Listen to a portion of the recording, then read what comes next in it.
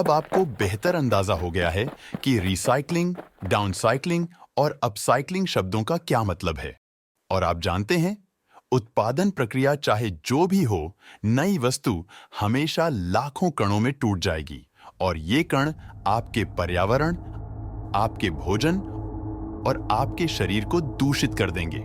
आइए अब दूसरी बड़ी समस्या पर नजर डालते हैं। समस्या उन प्रक्रियाओं की विषाक्तता से भी संबंधित है जो नई चीजें बनाने के लिए पुरानी चीजों को नष्ट कर देती हैं। इस विनाश के विषैले परिणाम होते हैं। मैं आपको ग्रीनपीस यूएसए की रिपोर्ट के बारे में बताऊंगा, जिसका शीर्षक है हमेशा के लिए विषैला। यह रिपोर्ट 2023 में प्रकाशित हुई थी और यह इन दो प्रक्रियाओं के परिणाम स्वरूप वस्तुओं की विषाक्तता की उत्पत्ति को बहुत अच्छी तरह से समझाती है। रिसाइकलिंग और डाउनसाइकलिंग। पहला, नए प्लास्टिक में विषैले रसायन। जब किसी वस्तु का निर्माण पुराने प्लास्टिक को रिसाइकलिंग करके किया जाता है, तो पुरानी वस्तुओं में विभिन्न विषैले रसायन जो कुचले और पिघले होते हैं, एक साथ मिल जाते हैं। रिसाइकलिंग की प्रक्रिया इसलिए रासायनिक धमकियों को तेज कर सकती है। 2022 में एक अंतर्राष्ट्रीय जर्नल में हम पढ़ सकते हैं कि एक अध्ययन में दो प्रकार की बोतलों की तुलना की गई।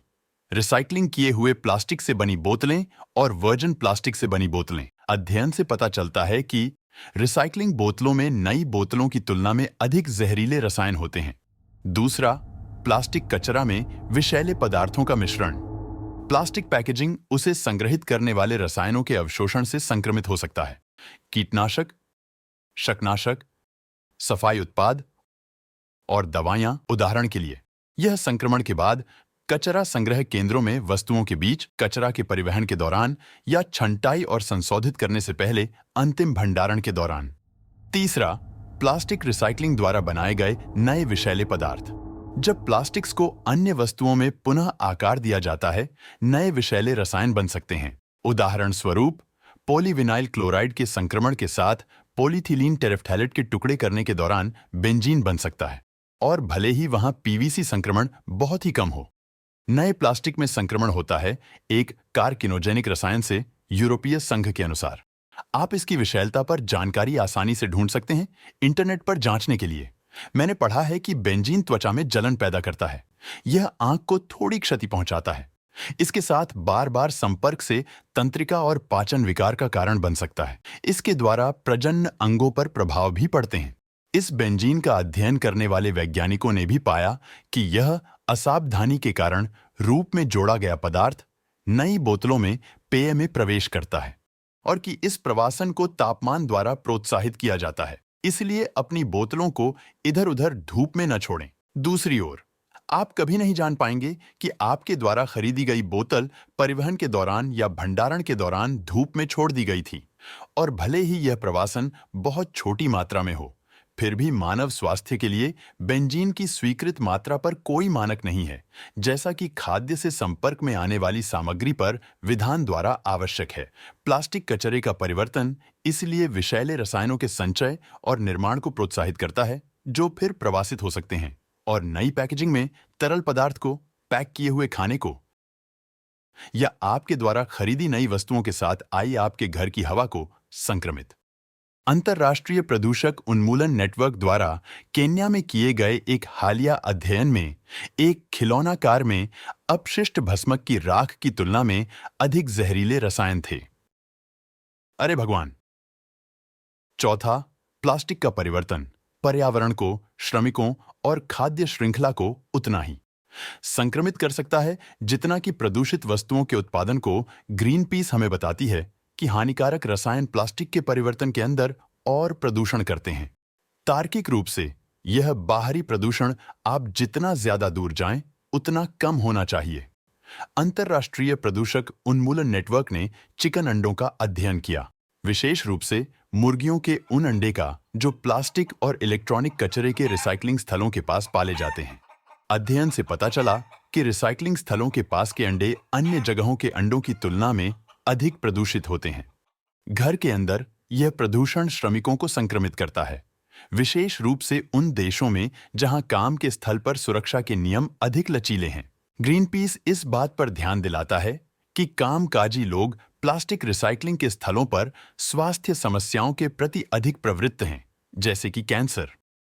और 2023 में थाईलैंड में एक अध्ययन ने यह बताया कि रिसाइकलिंग कर्मियों के भोजन और पर्यावरण में विषैले रसायन एक अग्निरोचक की पी गई। एक प्लास्टिक कर्मचारी के खून में कृषि कर्मियों की तुलना में इस रसायन की 280 बार अधिक संक्रमण पाया गया। प्लास्टिक कर्मियों के रक्त में 15 किमी दूर रहने वाले। अंत में प्लास्टिक रिसाइकलिंग के स्थान अक्सर बड़े अग्निकांडों के शिकार हो जाते हैं। यह आश्चर्य की बात हो सकती है, लेकिन हाँ, प्लास्टिक कचरे के रिसाइकलिंग के लिए भंडारण स्थल पूरी दुनिया में आग की चपेट में रहते हैं। संयुक्त राज्य अमेरिका और कनाडा में 2022 में 390 अग्निकांड दर्ज किए गए। तुर्की में अग्निकांडों की संख्या 2019 में 33 से बढ़कर 2021 में 121 हो गई, अर्थात 3 दिनों में एक अग्निकांड। मलेशिया में 2021 की तुलना में 2022 में प्लास्टिक रिसाइकलिंग साइटों पर प्लास्टिक से संबंधित आग की दोगुनी घटनाएं हुईं। संक्षेप में, रिसाइकलिंग स्थल पूरी दुनिया में आग में जल रहे हैं। ऑस्ट्रेलिया, घाना, रूस, ताइवान, थाईलैंड, संयुक्त राज्य, Belgium, France, Greece, Bharat, Austria और सूची जारी है। उन आगोन का विषैला धुआं चर्म की खुजली, आंख की क्षति और स्थानीय लोगों के लिए श्वसन समस्याओं का कारण बन सकता है, जैसे अस्थमा।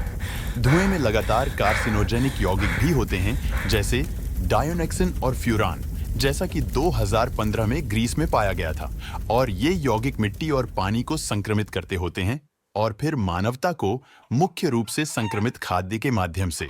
सुविख्यात विषैले प्रभाव विशेष रूप से कैंसर में वृद्धि से जुड़े हैं। रक्त कैंसर, फेफड़ों का कैंसर और जिगर कैंसर। और धुआं और राख स्थायी रूप से प्रदूषित करते हैं। प्लास्टिक रिसाइकलिंग के आसपास के क्षेत्र को, मिट्टी और स्थानीय निवासियों को और कैंसर के जोखिम को बढ़ाते हैं। अब मुझे उम्मीद है कि आप 3 शब्दों के पीछे सूक्ष्म भेद को समझते हैं: रिसाइकलिंग, डाउनसाइकलिंग और अपसाइकलिंग। और आप इसकी विषाक्तता जानते हैं। आपका वातावरण, आपका शरीर, प्रसंस्करण कारखाने के श्रमिक, आसपास के समुदाय और जो लोग प्रसंस्कृत उत्पाद खरीदते हैं।